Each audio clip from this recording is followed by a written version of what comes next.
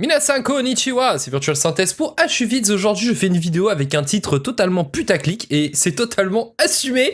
Je trouvais ça tellement drôle de pouvoir en faire une, moi qui ai jamais l'occasion de faire des putaclics. Mais on va quand même parler du sujet. Attention, c'est pas une arnaque. On va parler de manière plus générale, en fait, à la fois de la réalité d'être youtubeur et streamer sur Twitch et YouTube du coup, et surtout de la réalité des revenus et de ce que ça coûte, etc. La vision des choses à avoir par rapport au fait de gagner de l'argent via sa passion en quelque sorte, et aussi ce que ça implique d'en faire son métier. Enfin, je vous donnerai quelques tips sur si vous êtes un YouTuber vraiment investi et que vous pensez mériter et que vous avez la volonté en fait tout simplement de pouvoir vivre de votre passion, un peu comment vous y prendre et la réalité des choses tout simplement. Donc bien sûr, cette vidéo est plus ou moins une réaction. En réalité, je m'en tape à moitié, et je pense que vous aussi, mais par rapport au tapage médiatique que font les médias, en premier lieu BFM TV, autour de la grosse culbute qu'ont réalisé Cyprien et Squeezie, grâce au rachat de leur boîte par Webedia, et du coup ils sont devenus millionnaires, et je trouve ça bien pour eux. Alors il faut savoir que j'aime bien les vidéos humoristiques de Cyprien, vous le savez si vous me suivez depuis longtemps, je ne supporte pas Squeezie. Regardant PewDiePie, du coup je vois pas l'intérêt de le regarder une deuxième fois vu que Squeezie fait quasiment la même chose. Après il dira toujours que non, mais c'est un fait. Et d'ailleurs si ça vous intéresse, je pense que c'est YouTube qui encourage Squeezie à faire la même chose que PewDiePie. Pour information, ceux qui regardent pas les vidéos en anglais, PewDiePie est le premier YouTuber au monde, enfin en termes de nombre de vues et d'abonnés.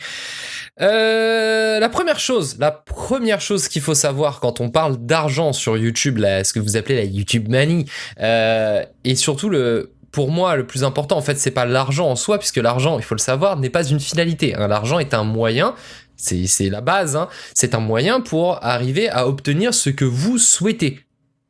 Donc ça ne sert à rien. Vous regardez tous les multimillionnaires qui dépriment. Ça peut vous paraître ouf, à vous qui avez peut-être du mal à payer vos factures et qui devez annuler des vacances au dernier moment parce que vous avez la bagnole qui est tombée en panne. Mais oui, je pense, et je le comprends, même si ça m'énerve parce que j'aimerais bien être à leur place, qu'on puisse être dépressif, voire même se suicider quand on est multimillionnaire, tout simplement parce que quand son seul but dans la vie, c'est d'avoir tout ce qu'on veut, et qu'on finit par avoir tout ce qu'on veut, qu'est-ce qui reste derrière ?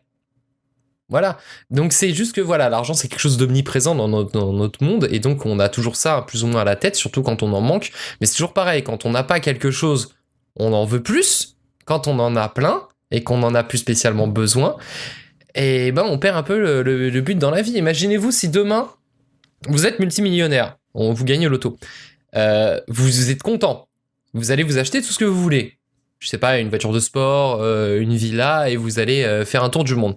Une fois que vous avez fait ça, il vous reste plein d'argent, vous avez plus la pression de votre vie de tous les jours, ce que vous avez été habitué toute votre vie. L'objectif c'est de gagner de l'argent pour vivre, ou en tout cas survivre pour la plupart des jeunes comme moi maintenant. Mais une fois qu'on vous le donne, au final, vous perdez un peu votre but principal, qui est tout simplement de gagner de l'argent pour faire quelque chose. Donc voilà, ne voyez jamais dans votre vie, et ça attention c'est très important, ne voyez jamais l'argent comme un objectif ou comme une finalité, c'est simplement un moyen. Vous voulez de l'argent pour faire quoi? Est-ce que ça va vraiment vous rendre plus heureux? Parce que notre but dans la vie au final c'est d'être heureux. Et l'argent ne rend pas heureux, l'argent permet d'être heureux en achetant des choses qui nous rendent heureuses, mais voilà. Du coup, attaquons le sujet. Faire du stream gaming ou des vidéos gaming son métier, ça peut être bien comme ça peut être mal, et certaines personnes ne veulent pas que ça devienne leur métier, même s'ils sont absolument passionnés par ce qu'ils font, pour plusieurs raisons. Si vous en faites votre métier, ça veut dire que vous êtes financièrement dépendant de ceci, et n'allez pas rêver, la plupart des youtubeurs et des streamers qui en font leur métier ne roulent pas sur l'or. Je vous expliquerai, on va attaquer un peu après le sujet des vrais revenus et ce qui reste dans la poche d'un streamer et comment ça marche. Donc du coup, si vous êtes dépendant financièrement, mettons, je prends un exemple bateau, vous êtes un youtubeur et un streamer spécialisé sur Hearthstone, vous êtes très connu pour ce jeu-là parce que vous faites des très bonnes vidéos guides et vous faites des streams très sympas qui sont beaucoup regardés, vous avez beaucoup de dons, etc. Dans 2 ans, Hearthstone n'est plus un jeu pratiqué. Bon, il y a peu de chances que ça arrive. Ne paniquez pas, c'est juste un exemple. Hearthstone n'est plus pratiqué. Du coup, plus personne ne regarde vos vidéos. Du coup, vous gagnez plus d'argent. Sauf que c'est votre métier. Donc, il faut que vous gagniez de l'argent en faisant ça maintenant. C'est plus une question de bon, au pire, ça intéresse plus les gens, c'est pas grave. Je vais faire autre chose ou pas. Je vais faire ma vie. C'est votre métier, il faut que ça vous fasse vivre. Donc il faut absolument que vous ayez quand même un fonds, tout simplement, de rentrée d'argent via, en tout cas généralement, parce qu'on est spécialisé sur des jeux. Hein. Rares sont les youtubeurs qui touchent absolument à tout et qui marchent comme ça. Du coup, vous allez devoir faire des concessions par rapport à ce que vous proposez sur votre chaîne. Vous êtes fier de ce que vous présentez sur Hearthstone, malheureusement, ça n'intéresse plus personne. Vous allez devoir vous décaler sur un autre jeu. Mais attention, vous n'allez pas vous décaler sur n'importe quel autre jeu. Il y a un moment, il faut quand même manger à la fin du mois. Du coup, vous allez devoir choisir des jeux que vous savez avoir du potentiel pour vous permettre de continuer de vivre de votre passion. Du coup, vous allez peut-être devoir plus ou moins plus faire ce que vous aimez, mais adapter, c'est-à-dire vous allez quand même jouer aux jeux vidéo, mais vous allez peut-être pas jouer aux jeux que vous aimez. Vous allez devoir jouer aux jeux qui sont bankable. Je trouve cette expression tellement vieille et périmée, j'adore la caler partout. Il va falloir que vous alliez sur quelque chose qui a du potentiel, avec qui vous avez moyen de faire un partenariat, où vous savez qu'il y a du viewer, etc. Du coup, vous allez tout simplement transformer votre passion en faire quelque chose d'aussi chiant que de faire son vrai métier. Donc, est-ce que vous êtes prêt à faire ça aussi? Parce que faut se poser la question avant de le devenir, et je pense que tous les streamers qui en font leur métier se sont posé cette question à un moment ou à un autre. Dire là, actuellement, ce que je fais, je l'aime, mais je l'aime pas parce que je fais du jeu vidéo, c'est trop vague maintenant, les jeux vidéo. On a énormément de choses, on peut faire de la compétition, on peut faire beaucoup de choses. Mais est-ce que je serais prêt à changer le contenu que je propose, ou en tout cas adapter ma passion, parce qu'il faut que je mange, et que si demain les jeux dans lesquels je suis spécialisé ne marchent pas, ou le format de vidéo que j'aime faire ne marche plus, il faut que je m'adapte. Donc en soi, c'est aussi ce qu'on aurait pu faire si on n'en vivait pas. Hein. Il faut s'adapter pour que la chaîne puisse se développer. C'est un peu notre bonheur à chaque youtubeur quand on arrive à trouver des créneaux où notre chaîne se développe. Mais on va quand même aller chercher dans ce qu'on aime quand c'est pas qu'une question d'argent. Quand c'est une question d'argent, il faut quand même à tout prix que ça permette d'en vivre. Et c'est là qu'on en arrive à des youtubeurs et des streamers qui sont blasés de ce qu'ils font. Pourquoi ? Parce qu'à la base, ils vivaient de absolument leur passion. C'est-à-dire, ils avaient envie de faire ça, ils savaient que ça marchait, ils le faisaient, ça leur permettait de manger tous les mois. Tout le monde est content. Un jour, ça marche plus. Il faut qu'ils s'adaptent. Ils s'adaptent en faisant quoi ? En faisant ce qui marche. Ils sont pas bêtes, généralement, ils arrivent à repérer assez rapidement, il y a du potentiel. Sauf que du coup, c'est pas spécialement ce qu'ils aiment. Si moi, demain, vous me dites, mec, si tu veux continuer à... Bon, je vis pas de mes streams, mais si on me dit demain, mec, si tu veux continuer à vivre de tes streams, tu peux plus jouer à des MMO. Ça marche pas. Tu peux plus jouer à Magic, ça marche pas. Tu peux plus faire des guides, tout le monde s'en fout. Il faut que tu fasses... Exemple bateau, hein, je sais pas, il faut que tu deviennes un pro sur League of Legends. Ça me saoulerait, en vrai, terriblement, parce que c'est pas mon truc. Voilà. Et là, va se poser la question de... quel est l'intérêt, au final, que ma passion soit mon métier, puisqu'au final, c'est plus ma passion, c'est des contraintes. Donc voilà. Est-ce que vous allez être capable, au moment... Enfin, en tout cas, dans votre tête, quand vous dites j'ai envie d'en vivre, même si c'est pas le cas immédiatement, est-ce que vous seriez prêt, tout simplement, à continuer à avoir du plaisir dans ce que vous faites si vous avez des contraintes. En fait, c'est ça. Vous avez la contrainte qui va arriver si c'est votre métier. Parce que faut gagner de l'argent. C'est plus je gagne de l'argent, c'est cool. C'est je dois gagner de l'argent, au moins un minimum pour en vivre. Donc du coup, est-ce que vous êtes prêt à niveler, dire continuez à prendre du plaisir dans ce que vous faites et considérer que c'est quand même beaucoup plus sympa que de faire un métier standard. Peut-être le métier que vous faites ne vous plaît pas aussi, il y a ça aussi. Mais vous êtes quand même prêt à l'adapter tout en restant dans votre passion. Voilà, et on continue à éprouver des plaisirs. Certains le font très bien. Il y a des gens qui sont très malléables, on leur dit demain, en fait ça marche plus, ils le voient bien, il faudrait plutôt faire ça, le mec le fait et s'amuse encore. C'est ça le but, c'est pas de faire semblant, c'est de vraiment s'amuser. Donc voilà, ça c'est la première question quand je vois tous ces gens qui me disent ouais, moi je voudrais que ça en soit mon métier. Je dis ouais, mais tu joues à quoi ? Tu joues à ça ? Ok, ça, moi je peux te le dire, ça marche de moins en moins bien. C'est-à-dire que dans 6 mois, 1 an, ça ne marchera plus. Qu'est-ce que tu serais prêt à faire d'autre ? Et le mec te dit moi je ferais ça et ça. Tu dis non, mais ça va jamais marcher. Pas en l'état des choses, à moins qu'il y ait un cataclysme sur la Terre, ça ne marchera pas. Si tu veux un truc qui marche, qui est fiable, faut que tu fasses ça, ça et ça. Et un mec te dit ouais mais non mais c'est de la merde ces jeux là, j'aime pas ça. Tu dis ouais mais c'est ton métier mon gars, c'est soit ça soit tu retournes pointer au Pôle emploi et t'auras pas de chômage. Donc voilà, c'est important de le savoir, de se poser cette question, parce que pour moi c'est la première question à se poser. C'est pas est-ce que je suis capable de devenir riche rapidement, c'est est-ce que je suis prêt à en faire déjà mon métier. Et c'est vraiment dans l'approche que vous aurez avec votre travail, créatif ou moins. Hein. Moi, ce que je fournis, je considère pas ça comme vraiment du créatif. Disons que je produis quelque chose, mais je considère pas ça comme réellement créatif. Je suis pas un créatif en soi. Mais voilà, est-ce que vous êtes capable de sacrifier un peu votre créativité au profit de vivre de votre passion? Voilà, la première question. La deuxième, comment ça marche? J'adore cette sonnerie. Comment ça marche quand on veut devenir streamer ou youtubeur professionnel? C'est important de se poser la question en deuxième. Maintenant, vous avez décidé, vous dites, ok, quoi qu'il arrive, moi, ce que j'aime dans tous les cas, c'est le jeu vidéo. Pour l'instant, le jeu vidéo, ça marche. En tout cas, sur un moyen terme, on sait que ça va marcher. Après, quel que soit le jeu, je m'amuserai, j'y prendrai du plaisir. Ok. Je comprends tout à fait.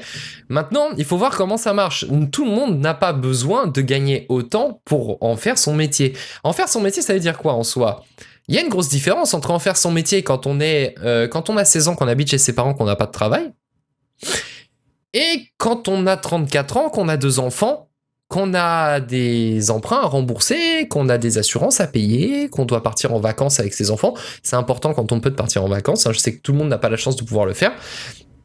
Et voilà, combien il faudrait en fait que vous gagniez pour que ça soit votre métier. Et ça, c'est pas une question de ouais, moi je considère que si je gagne moins que ça, parce que moi j'ai besoin de me baigner dans les billets, ça vaut pas le coup. Non, c'est pas ça. C'est simplement qu'il y a un fait. Quand vous avez des choses à payer tous les mois et qui vont varier généralement en fonction du métier que vous faites. Si vous êtes patron, vous avez un salaire très important, mais vous avez aussi derrière beaucoup de choses qui vont vous coûter de l'argent. Donc du coup, vous pouvez pas en faire votre métier à moins que ça permette au moins de subvenir à vos besoins, donc de payer tout ce qui est régulier et voilà. Et en plus de vous donner un peu de marge, tout simplement parce que c'est variable les revenus sur YouTube et Twitch, ça peut varier de beaucoup. Donc voilà, vous allez estimer. Donc il faut savoir, moi mon référentiel, je considère qu'on peut en vivre quand on n'a pas non plus des gros besoins financiers, à partir du moment où on touche l'équivalent d'un SMIC. C'est un peu mon référentiel, parce que c'est comme ça, je suis français. Le SMIC, c'est bien, salaire minimum, tu gagnes un SMIC, tu restes chez toi toute la journée. L'avantage, c'est que t'as pas trop de frais, en dehors de ton matos. Hein, tu prends pas le train, tu sors pas de chez toi, donc du coup, t'as pas d'accident, donc t'as pas besoin de mutuelle, etc. Donc voilà le délire. Donc moi, je pars sur la base d'un SMIC, parce qu'en fait, en vrai, j'ai un vrai métier qui me permet même pas de gagner le SMIC. Donc pour moi, déjà, le SMIC, c'est bien.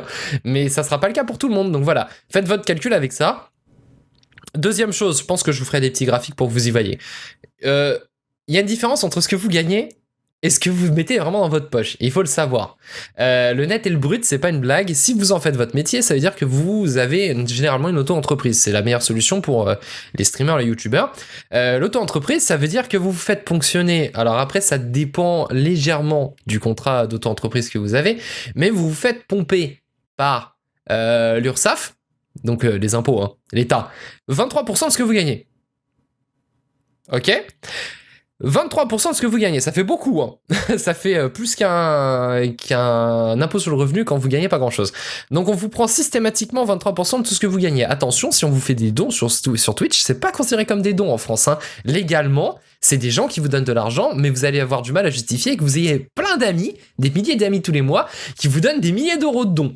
Donc du coup c'est des dons, mais c'est pas des dons parce que vous n'êtes pas une ONG, donc du coup vous devez les déclarer. Donc du coup vous faites ponctionner 23% sur tout ce qui rentre dans vos poches. À ça il faut ajouter bien sûr les frais de transfert. Si vous passez par PayPal vous taxe des frais, hein, qui sont pas incroyables, mais c'est 2-3%. Vous avez les processeurs de paiement. Si vous utilisez par exemple Tipeee Stream pour les dons sur les streams, hein, StreamTip ou ce genre de choses, ils prennent une com. Donc d'abord ils prennent leur com. Ensuite, éventuellement, ils vous les mettent sur PayPal. PayPal prend une com lors du transfert. Ok ? Ensuite, vous les virez sur votre compte en banque et bien sûr, votre banque, même si elle est super bien, va vous prendre des frais bancaires tous les mois. Ensuite, sur ce qui reste, vous déclarez et vous vous faites pomper 23%. Mais c'est pas fini. En tant qu'auto-entrepreneur, vous n'avez pas droit à être exempté d'impôt sur le revenu si vous ne gagnez pas grand-chose. Du coup, une fois que vous avez retirez 23% à tout ce que vous avez gagné, vous le gardez pour vous. Ensuite arrive l'impôt sur le revenu. Je sais pas exactement à combien il est d'ailleurs, parce que je crois que ça a bougé, mais voilà, vous faites pomper au moins 10-15% en impôt sur le revenu, voire même 20%. Donc au final, vous faites pomper à peu près 40-45% de ce que vous gagnez. Donc vous gardez pour vous la moitié de ce que vous avez gagné. Sans compter, si on compte les frais de ce qu'on appelle les processeurs de paiement, donc PayPal, les trucs de dons, etc. Vous retirez encore bien 5%. Donc il vous reste 50%. Donc déjà, vous voyez, si vous arriviez à en vivre avec un SMIC, ça veut dire que techniquement, en pratique, vous gagnez déjà le double d'un SMIC. C'est-à-dire, vous voyez le double d'un SMIC rentrer, mais vous voyez l'équivalent d'un SMIC repartir. Au revoir. Salut. Donc une fois que vous avez fait ce calcul-là, il faut se rappeler que quand vous avez une auto-entreprise, bien sûr, vous avez quelques frais fixes, comme par exemple la taxe foncière des entreprises. Elle est très mignonne celle-là, donc c'est un truc fixe fixé par votre ville. Moi, dans ma ville, c'est 350 €. Donc c'est un peu moins du tiers d'un SMIC. Une fois par an. Donc là, une fois que vous avez fait ça, ok, là, vous êtes bien.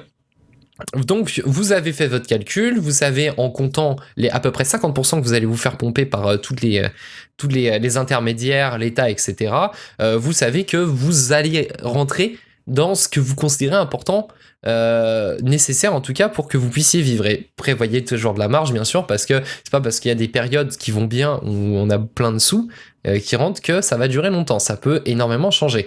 Ensuite, là, on va attaquer la partie, mais au fait, comment tu fais pour gagner de l'argent? Parce que là, YouTube Money, tout le monde le dit pour rigoler, mais je pense que maintenant, tout le monde sait très bien que YouTube ne rapporte strictement rien, à moins d'avoir des millions d'abonnés, ce qui est le cas de seulement une petite cinquantaine de chaînes françaises, je pense maintenant, qui doivent réellement arriver à rentrer suffisamment d'argent. Alors, comment tu fais pour vivre de ça sans avoir des millions d'abonnés? Mettons, vous êtes spécialisé, exemple complètement bateau, vous êtes un spécialiste de jeux d'échecs. Clairement, c'est pas du Minecraft, c'est pas le truc qui va cartonner sur YouTube ou en stream. Soyons clairs.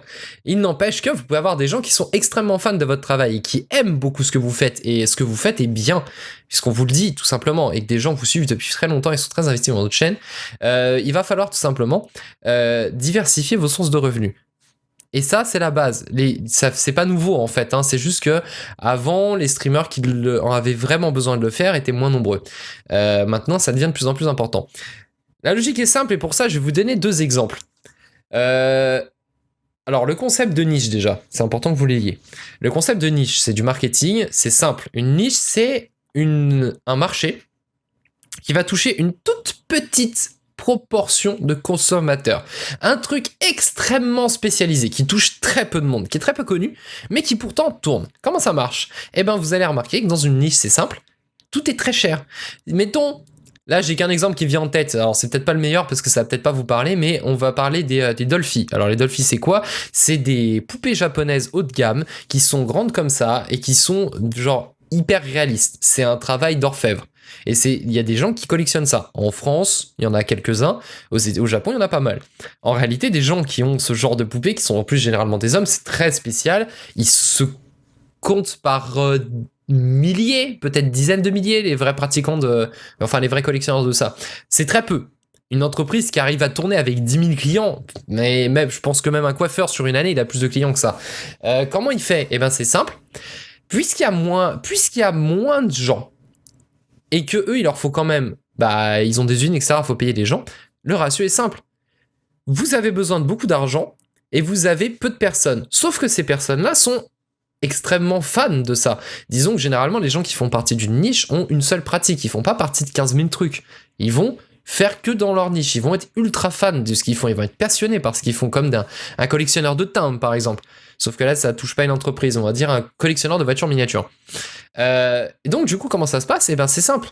L'entreprise vend ses produits beaucoup plus cher. Pourquoi? Parce que vous avez peu de personnes, mais si peu de personnes, quand on sait que, on va dire, la dépense moyenne dans ce qu'une personne aime par mois, elle va être de 35 €.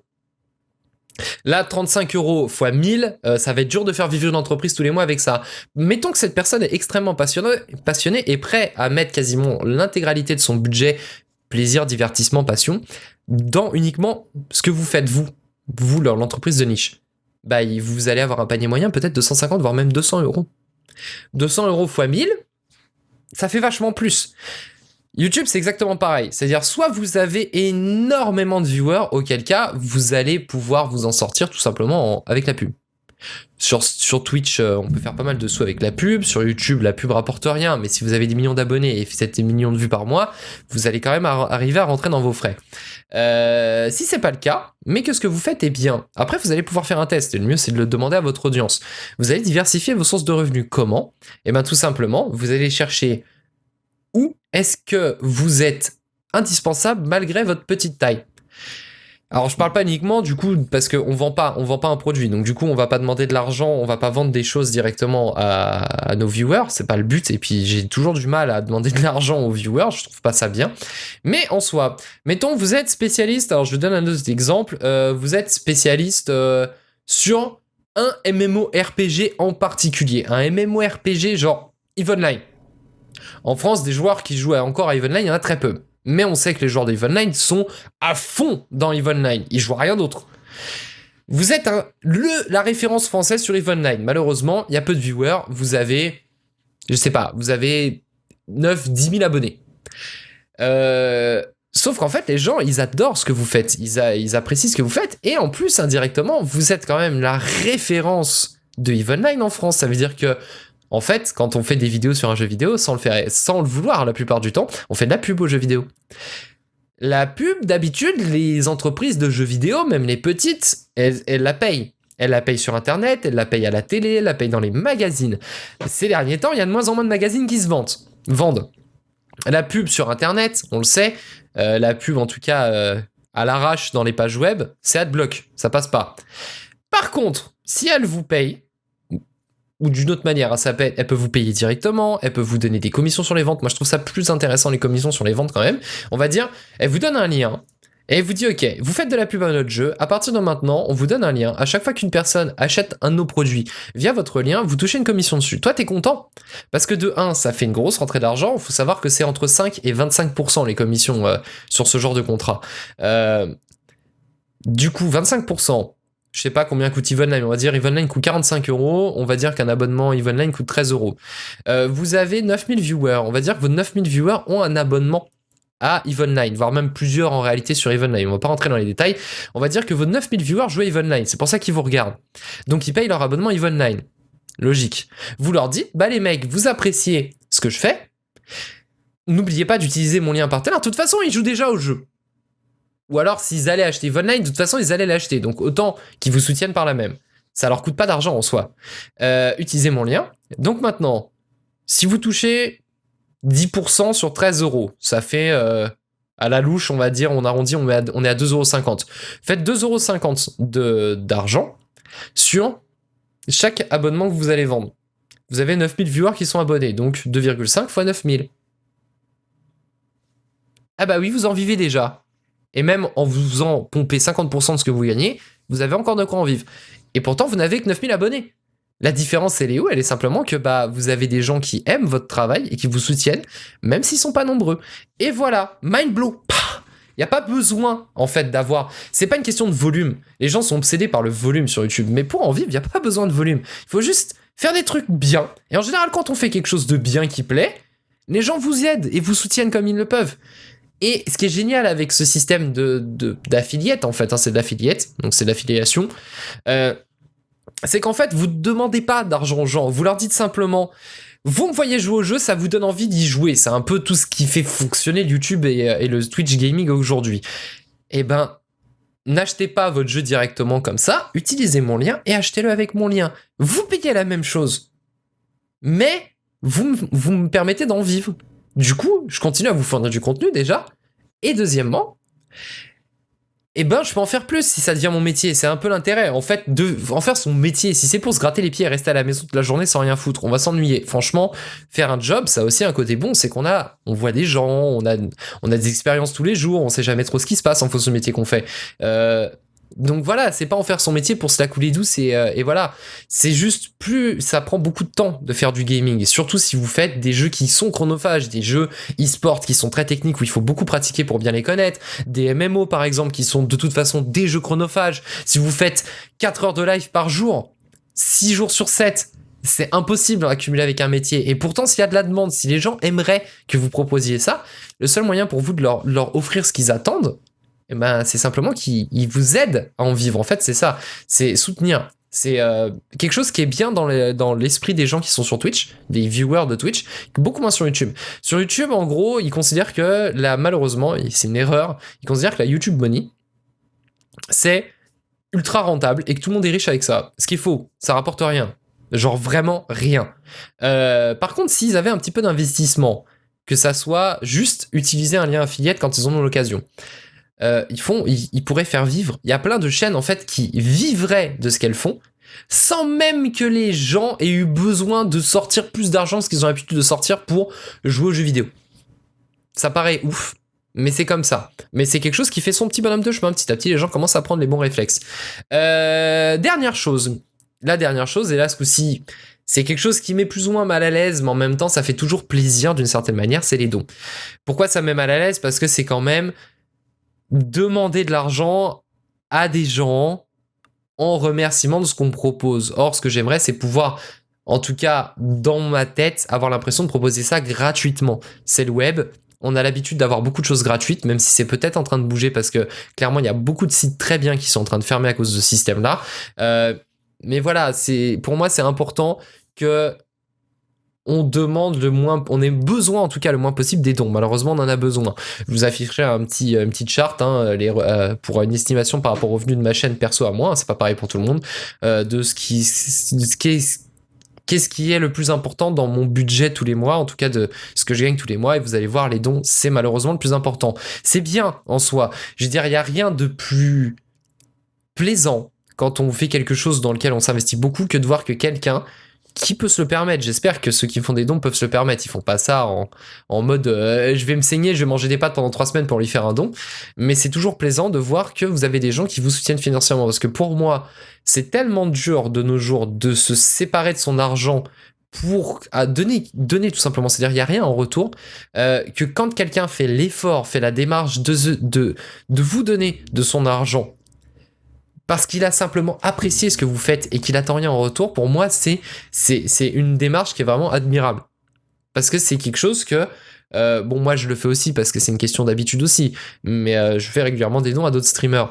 Mais voilà, la démarche n'est pas évidente. Et c'est pas un dû. Et on devrait jamais avoir à réellement réclamer des dons. En fait, ce qui est important à savoir, c'est que si vous voulez des dons, il faut les demander.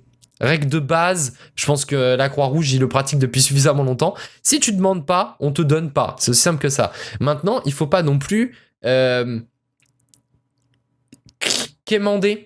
mendier. C'est-à-dire, il faut simplement signaler. C'est vraiment juste une question de tournure. Il faut signaler aux gens que s'ils le peuvent, s'ils vous font des dons, ça vous aide vraiment.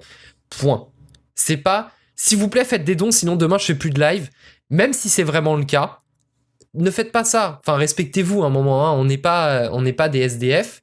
On n'est pas normalement, je vous le souhaite en tout cas, on n'est pas au fond du fond financièrement, au point d'aller mendier sur le web de l'argent. Par contre, simplement signaler. Voilà, vous aimez ce que je fais. Malheureusement, les dons sont indispensables pour que je continue à pratiquer ma passion. N'hésitez pas à me faire un petit don si vous en avez les moyens. Ça me fera énormément plaisir. Et même 5 €, même 1 €, quoique 1 € avec les commissions, il ne reste plus grand chose à la fin. Mais même 5 €, ça, c'est énormément pour nous. Parce que 5 € multiplié par le nombre de personnes qui peuvent le faire, ça représente beaucoup d'argent. Même si l'objectif final, ça devrait être qu'on arrive à trouver un point d'équilibre où on n'a pas besoin de demander de dons, tout simplement. Ou en tout cas, quand on nous donne de l'argent, on arrive à donner suffisamment de contrepartie pour que les gens aient l'impression quand même, un peu comme le sub de Twitch, les gens aient l'impression d'acheter quelque chose plus que de donner de l'argent de manière tout à fait désintéressée. Parce que je trouve pas ça correct, en fait, d'avoir besoin de quémander des dons ou que des gens soient obligés de faire l'effort de donner de l'argent gratuitement.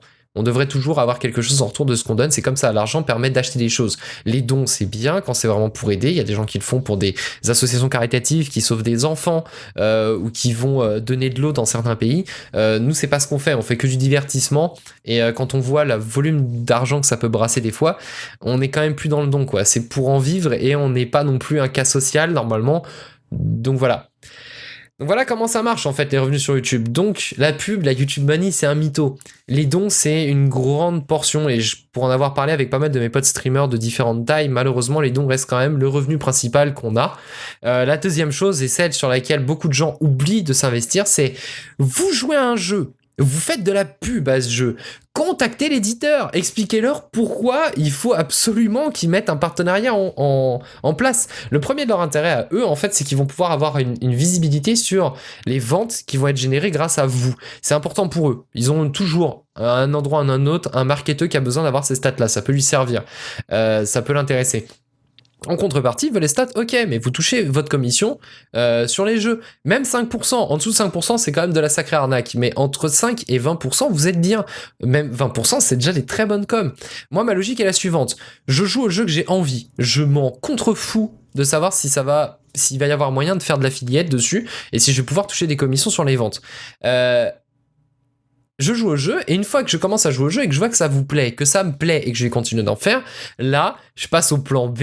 Ça veut dire, je vais aller contacter l'éditeur et je vais lui expliquer que j'apprécie beaucoup son jeu. Maintenant, ce que je fais, sans le vouloir indirectement, c'est comme ça, j'ai pas le choix, je fais de la pub à son jeu. Laisse-moi toucher une commission. Tout le monde touche des commissions. Les plateformes de revente Steam et compagnie touchent une commission. Je suis désolé, je fais de la pub. Et qui plus est, ça leur coûtera de toute façon moins cher que même une campagne Facebook. Sachant que la plupart du temps, ils payent des campagnes Facebook. En tout cas, ils payent pour promouvoir les actus sur leur page Facebook pour que plus de gens le voient. Bah, au lieu de payer ça, eh ben, ils vous donnent une commission sur chaque vente. En plus, c'est de l'argent qui rentre chez eux. Et ils se font suffisamment de marge, sauf les petits indépendants. Après, c'est toujours le problème. Quand vous faites que du jeu indépendant, les indépendants, pour de vrai, ils ont vraiment besoin de gratter jusqu'au dernier centime la plupart du temps pour arriver à rentrer dans les frais investis dans leur jeu. Là, malheureusement, il n'y a pas de secret. Demandez-leur toujours, parce que des fois, ils peuvent être cool, ils peuvent vous donner une petite com, et ça peut quand même être vachement bénéfique. Mais voilà, si vous devez avoir une source de revenus et que vous souhaitez devenir riche sur YouTube, en quelque sorte, même si faut pas espérer devenir riche sur YouTube, il y a que quelques rares personnes qui y arrivent, et ça doit pas être votre but, ça doit être simplement de vivre de votre passion, votre objectif, et bien, tout simplement, voyez vers l'affiliation. C'est ça... diversifier tout simplement vos sources de revenus. Les youtubeurs Minecraft ont généralement un serveur à eux. Ces serveurs qui génèrent des bénéfices. Ces bénéfices qui sont en fait un revenu supplémentaire pour eux en tant que youtubeurs. Mais ils vendent le service sur leur serveur. Donc c'est mieux que du don en quelque sorte. Vous pouvez vendre des t-shirts. Vous pouvez vendre des dessins si vous êtes un bon artiste et que les gens apprécient ce que vous faites en création graphique. Vous pouvez vendre vos dessins. Ça se fait sur DeviantArt. C'est pas exceptionnel. Vous vendez quelque chose.